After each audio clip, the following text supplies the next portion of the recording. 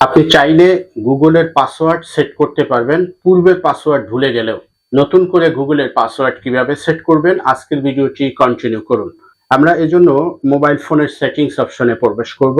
এখান থেকে প্রবেশ করার পর একটু স্ক্রল করে নিচের দিকে চলে আসলে আপনি দেখতে পাবেন গুগল নামে একটি অপশন আছে, সেখানে প্রবেশ করব। আমরা এখানে প্রবেশ করার পর এই গুগল ইমেলের এই আইডিতে প্রবেশ করব। এরপরে গুগল অ্যাকাউন্টে প্রবেশ করব।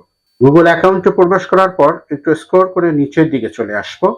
এখান থেকে দেখবেন সিকিউরিটি অ্যান্ড সাইন ইন, এখানে প্রবেশ করব। প্রবেশ করার পর একটু স্ক্রল করে নিচের দিকে চলে আসবেন। এখানে পাসওয়ার্ড নামে একটি অপশন আছে, এই পাসওয়ার্ডে ক্লিক করবেন। এবার এইভাবে একটি ইন্টারফেস আসবে। এখান থেকে পাসওয়ার্ডটি আপনি সেট করে নেবেন। আপনার পূর্বের পাসওয়ার্ড জানার দরকার বা প্রয়োজন হবে না। সেক্ষেত্রে আপনি নতুন একটি পাসওয়ার্ড দিবেন, আবারও রিপিট বা কনফার্ম পাসওয়ার্ড দিবেন, যেটা আপনি দিবেন। তবে এই পাসওয়ার্ড দেওয়ার ক্ষেত্রে খুব স্ট্রংলি পাসওয়ার্ডটা দেওয়া দরকার।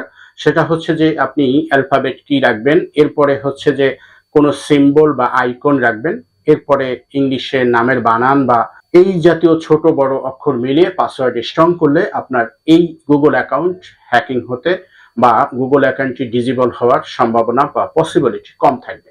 আশা করি ভিডিওটি ভালো লাগবে। টাইমলাইনে শেয়ার করে রাখতে পারেন। ধন্যবাদ, ভালো থাকবেন।